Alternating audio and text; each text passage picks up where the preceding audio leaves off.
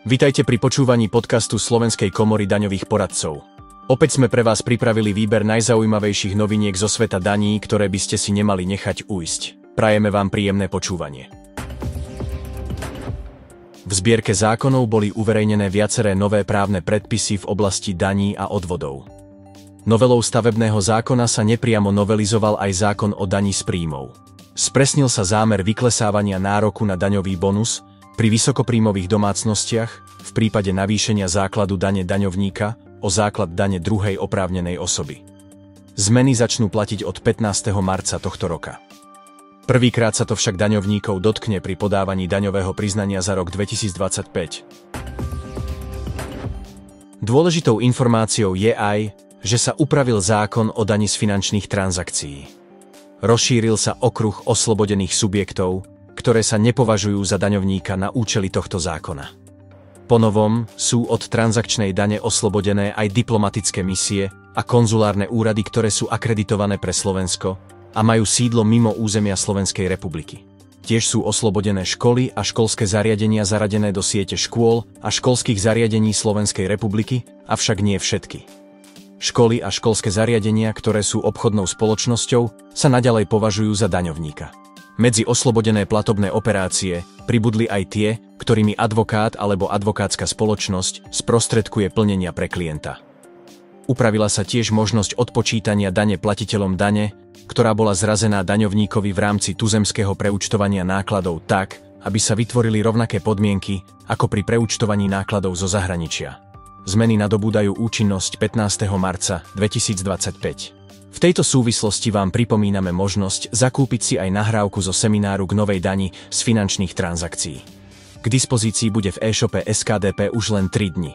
Ak si ju vypočujete, dozviete sa všetky dôležité informácie o tejto dani priamo od tvorcov legislatívy z Ministerstva financií.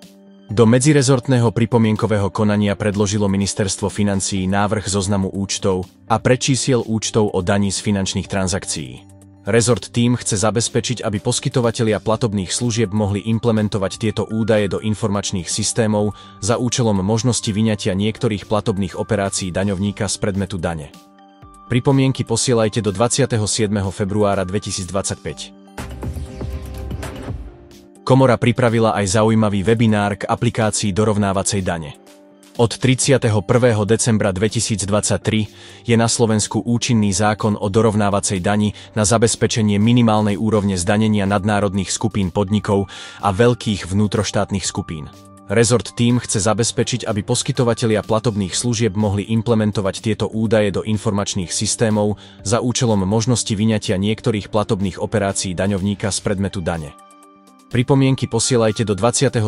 februára 2025. Cieľom školenia je poskytnúť základný právny rámec zákona o dorovnávacej dani, poukázať na povinnosti, ktoré daňovým subjektom z neho vyplývajú a zamerať sa na jeho aplikáciu v praxi.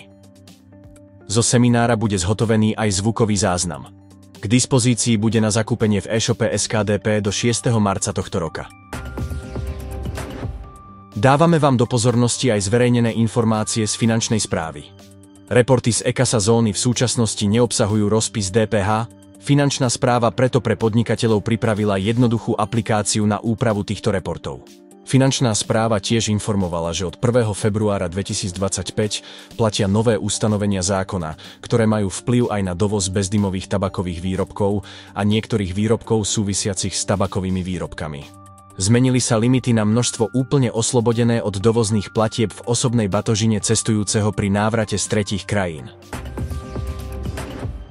Na sociálnej sieti LinkedIn ponovom budete môcť ľahšie nájsť svojho daňového poradcu.